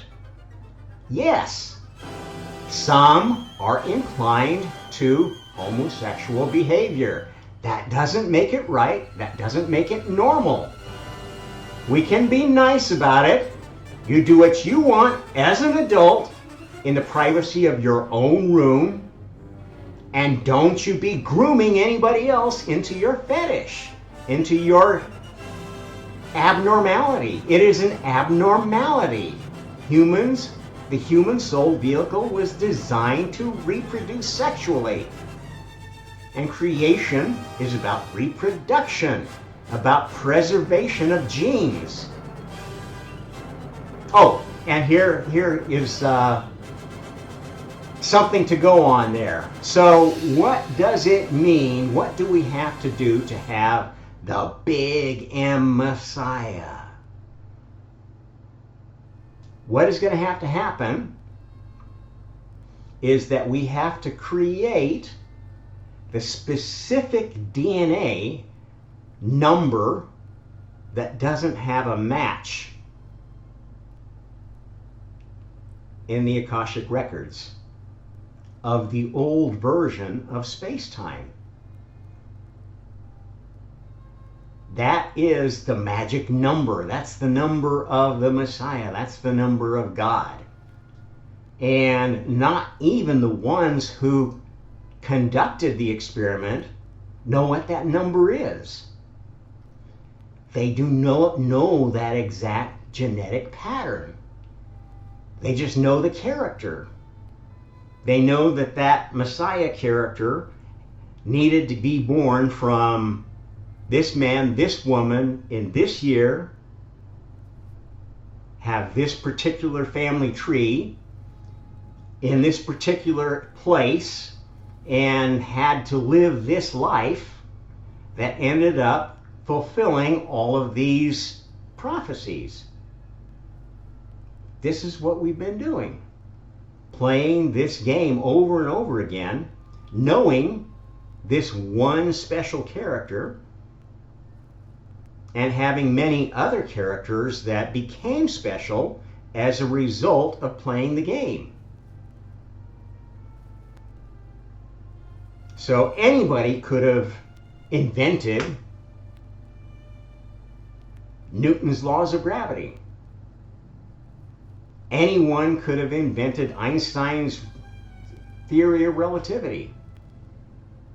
Anyone could have invented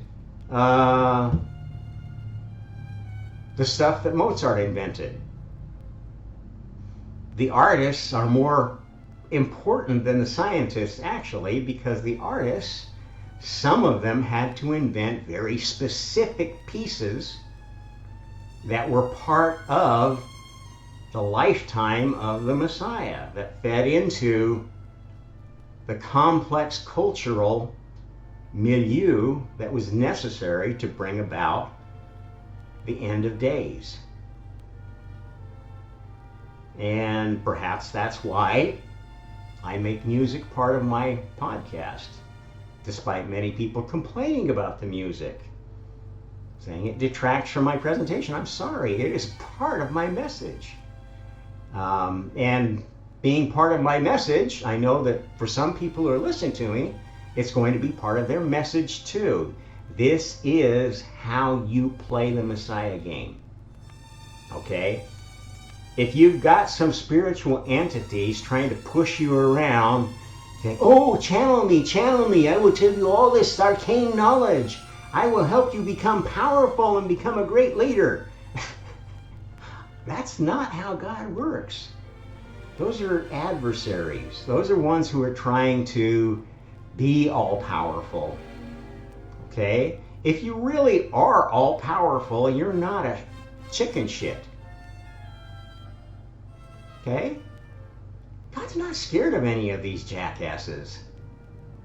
And if they're scared of each other's religions, they're not representing God. They're representing Lucifer or Lilith or some other spiritual entity that, would like to be God. And there have been a lot of God wannabes created by this species.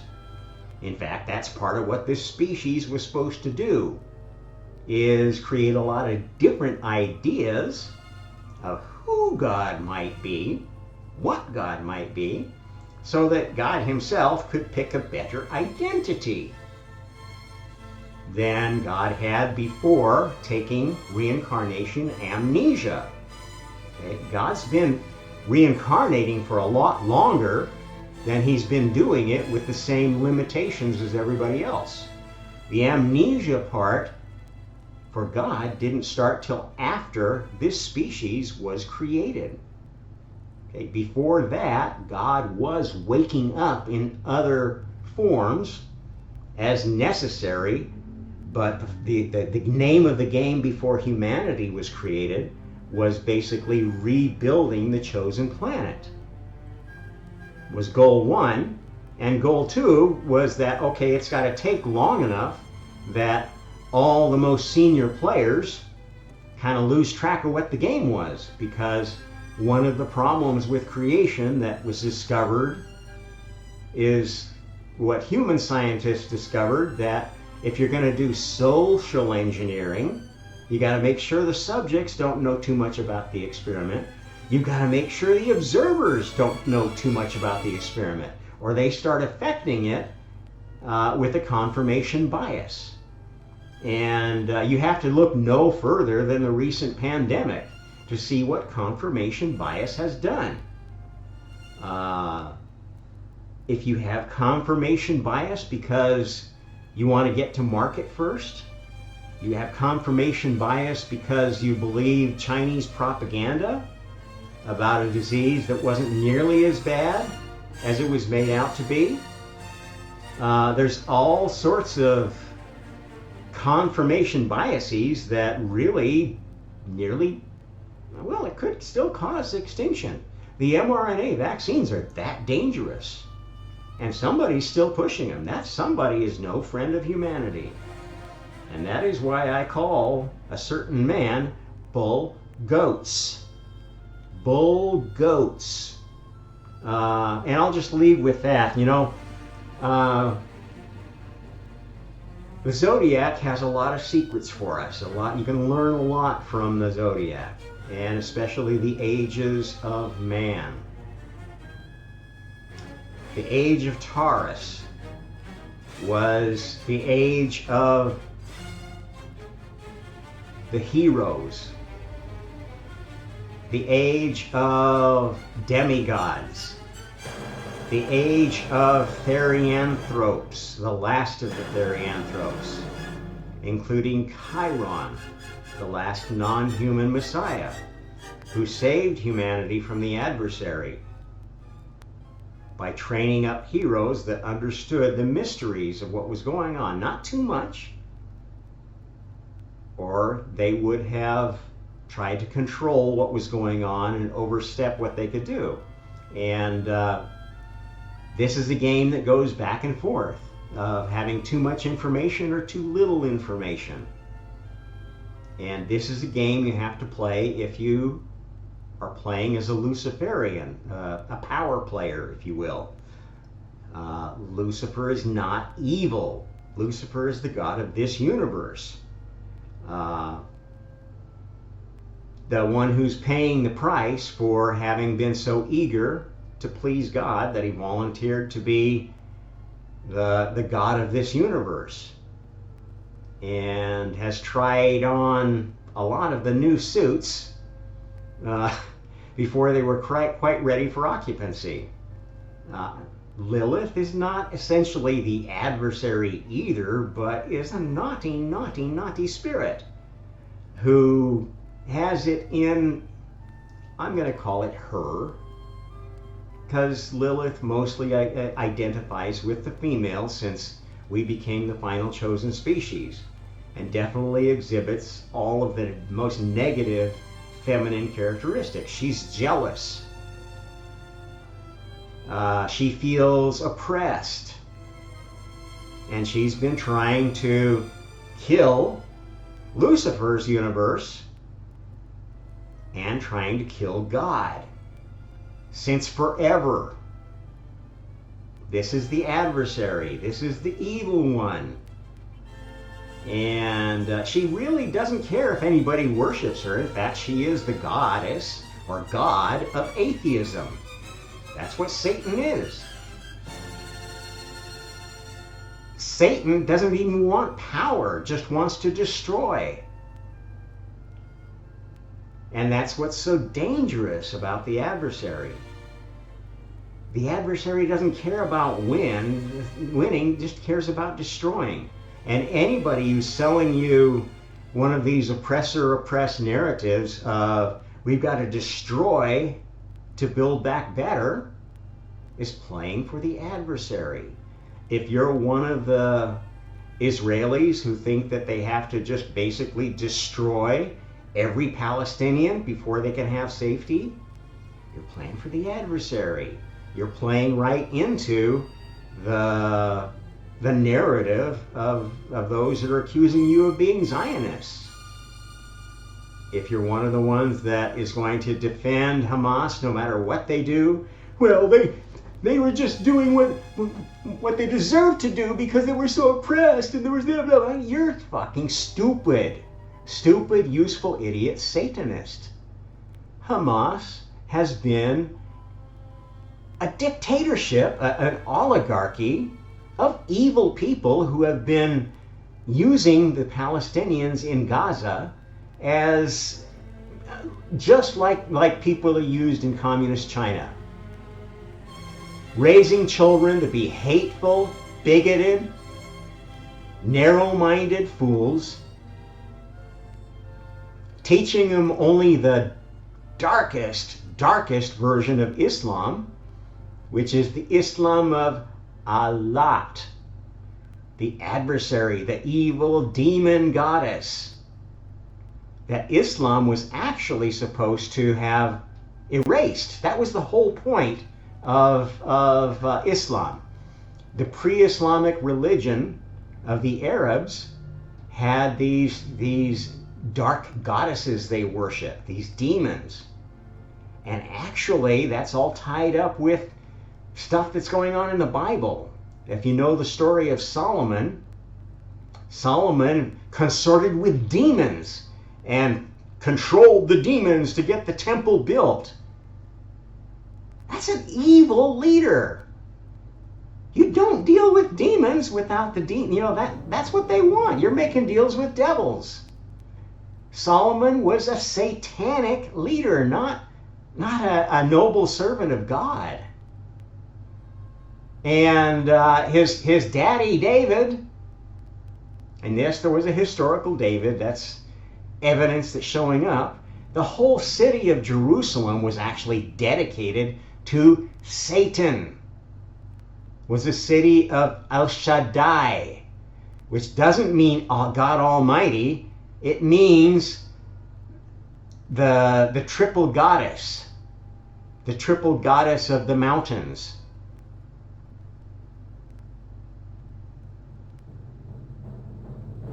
And yes, that is a powerful entity. Lilith is a powerful entity. And the triple goddess is basically the three manifestations of Satan. Of the feminine Satan, who as a young girl corrupts youth, entices young boys to cheat on their girlfriends or their wives. Who as a matron, middle-aged woman, is a helicopter parent to their children. Doesn't give their children enough freedom to develop their own identity. Tries to push them to be what they want to be. This is a very, very possessive feminine quality that is exhibited in both men and women. But it is the dark side of human nature. And it comes mostly in the feminine form because the female is more able to rationalize doing evil because they operate more from the heart brain. Men tend to operate from the head brain, on average. I'm not saying all, don't call me a sexist, this is just as things normally go. And that's as it should be because the one who has the children, raises the children, has got to have love. The heart is the brain of love. It's also the brain of hate, though. It's the emotional brain. Okay? The left brain is the figurative brain. It's the imaginative brain. It's not good or evil. It just imagines what it likes to imagine. And it's up to the heart to negotiate what is a narcissistic fantasy that, well, that's a nice idea, but in practice it wouldn't work, right? The right brain, do I have that backward? Actually, yeah, I do have that backward, but maybe I'm pointing the right way. At any rate, Got those backwards. The left brain is the analytical one. The right brain is the imaginative one. Okay? The left brain, or the right brain, is just the facts. It is a very logical, cold, calculating brain that, in the absence of the heart brain, will pretty much just decide to do whatever is good for me, whatever is easy, whatever is low entropy. Okay? This is not the good brain. Many guys who are looking at the brain and saying, okay, well, what's the right one to be thinking from? What's the problem with our brains? Okay, you're not getting at the root of the problem, because we've got three brains and you've got the overall brain of your soul. That's the four forces in play. And when you add karma, which is something that everybody has their own version of, in their own Merkaba, they build up their own version of karma. And that essentially identifies you as either a unique individual or as a character that's looked up in this Akashic record. And when you die, that is how you are sorted. You have this karmic signature added on top of your DNA signature that gives you a lookup into, okay, not just one Akashic record table, but an Akashic record table of each different. It gives you an index into all the universes, so you know which heaven or hell you go to. Or if you played the game well enough to go to the highest heaven, because you played this role better than anyone who's ever played that role before. Okay, that's how you get to the highest heaven. It's actually quite a scientific process. And this is how the game works. And it will work from now until forever, because we've hit this magic center of the best space-time ever. We'll be playing these C generations forever.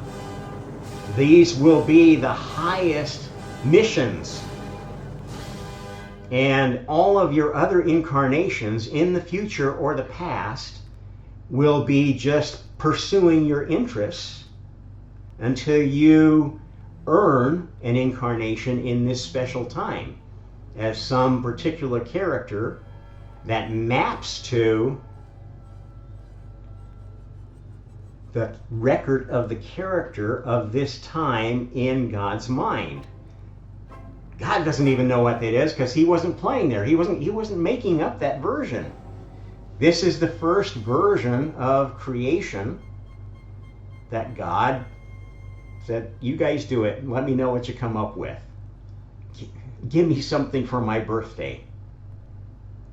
And that's why I often talk of this special time as less dark terminology, the Apocalypso Dance Contest. I sometimes refer to it as the Cosmic Jubilee. That's essentially what it will look like to those who have played the game well. And to those who have not played the game well, I'm sorry, that's karma. You played your role badly. You played your cards without much thought, without much understanding of karma. You played your cards being more tyrannical than you had to be. If you get a chance to play Hitler, you don't have to do everything Hitler did. You could choose to be a poor painter. You could choose to commit suicide after being so depressed after World War I. You could choose to, end your life stuck in prison instead of writing Mein Kampf. There's all sorts of ways you could have been a better Hitler. And I guarantee that one of those better Hitlers is the one that we're going to be playing bridge with up in heaven. Not the one that did all the dirties. That was a construct. That was a simulation. That was a simulation that was never made reality until we ran it for the first time in Lucifer's universe. And we discovered that, okay, the only way to play this character and make the Messiah character get born in the right place at the right time to the right parents was to have World War II and have Hitler be the Hitler that we all know and love. That was not God's choice. You cannot blame God for that. If God had had his way, we never would have played this round of the game. If God had had his way, he would have been sitting in his old heaven, surrounded by his favorite species of the time, which was a shape-shifting species that looked a lot like humans. Only they were superhumans. They had spiritual power. They could use their mind to do almost anything. They could move mountains. They could mate with any other species just by morphing into a member of that other species. And that power was misused by many of those. That was okay with God because, well, if you misuse power, you're not going to end up in the highest heaven. As far as God was concerned, hey, things are working great. We got a great heaven going here, and, Lucifer and everybody else, you knock yourselves out. But no, that wasn't good enough for everybody. They decided up in the highest heaven, you know what, that's not fair because you never had to lose all your memories. You never had to have all that pain and suffering. And we don't believe that this was a fair game. And God, we need to play another round, and you got to take all the shit. And that's what we've been doing for over 4.5 billion years. You've been punishing God for getting things right. Now, how fucking stupid is that? How evil and heartless is it to deny God? To deny that he had a good plan? To think that God wasn't as noble and good and wonderful as you? So I have a message from God for anyone who cares to listen. Fuck you. Thanks for tuning in. Like, share, subscribe, and we'll see you again soon on the Omnis Tower. Happy Karma.